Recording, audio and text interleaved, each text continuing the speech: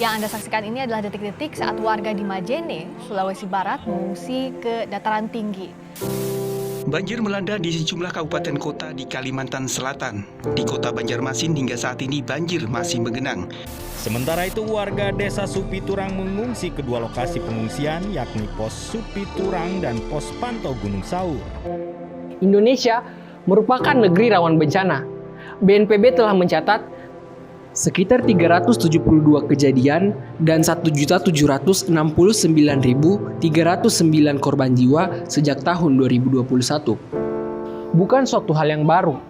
Indonesia berada pada jalur cincin api Pasifik dengan 139 gunung api. Terletak pada jalur api aktif kedua di dunia, serta kondisi geologi yang cukup bergejolak. Bencana alam cukup mengakibatkan banyak dampak besar bagi manusia. Menurut Harold S. Koplewicz MD dan Marilyn Cloitre PhD dari New York University, bahwa anak-anak adalah kelompok yang paling umum yang mengalami peristiwa traumatis pasca bencana. Sampai saat ini, rata-rata prosesi trauma healing pada anak dilakukan secara manual antara anak dan psikolog. Faktanya, Cognitive Behavioral Therapy atau CBT merupakan salah satu metode trauma healing. Berlangsung 8-12 pertemuan dan sekitar 1 jam tiap sesinya. Lamanya proses serta banyaknya anak akan membutuhkan banyak psikolog. Hal itu tentu mengakibatkan ketidakefisienan waktu dan juga tenaga. Mengatasi salah satu dampak dari 6 keprihatinan bangsa, Indonesia dirasa perlu untuk menghadirkan suatu solusi. Salah satu yang perlu diatasi adalah bencana alam. Muncul sebuah gagasan dari kami yang bernama Happy Lunch VR, metode trauma healing berbasis virtual reality untuk mengurangi trauma bencana pada anak. Happy Lunch VR menyediakan konten yang terlihat realistis hingga anak-anak nantinya bisa seolah-olah merasakan langsung berada di dalam dunia yang kreatif. Metode trauma healing di dalam Happy Lunch VR nantinya dibagi atas 3 macam konten. Yang pertama ada relaksasi, kemudian ada rekreasional, dan yang ketiga adalah ekspresi emosi.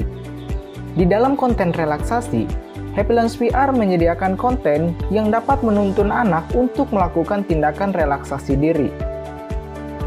Sedangkan dalam konten yang kedua, dalam hal ini adalah rekreasional, Happy Lunch VR menyediakan konten yang memungkinkan anak-anak untuk dapat bermain di dalam dunia virtual sehingga anak-anak nantinya dapat merasakan ketenangan di dalam dirinya. Untuk konten yang ketiga, yakni ekspresi emosi, Happy Lunch VR menyediakan konten yang bertujuan agar anak-anak mampu untuk mengekspresikan emosi ke hal yang positif. Jadi, proses pengembangan dan kesuksesan solusi tentunya membutuhkan beberapa perangkat keras maupun perangkat lunak serta dukungan dari berbagai pihak. Mulai dari dukungan pemerintah yang mendanai segala peralatan, VR developer, dan Kementerian Kesehatan yang merekomendasikan psikolog anak untuk membantu dalam pengembangan konten VR. Peralatan yang diperlukan diantaranya adalah VR itu sendiri. Kemudian selanjutnya adalah tools-tools pengembangan konten VR oleh VR developer.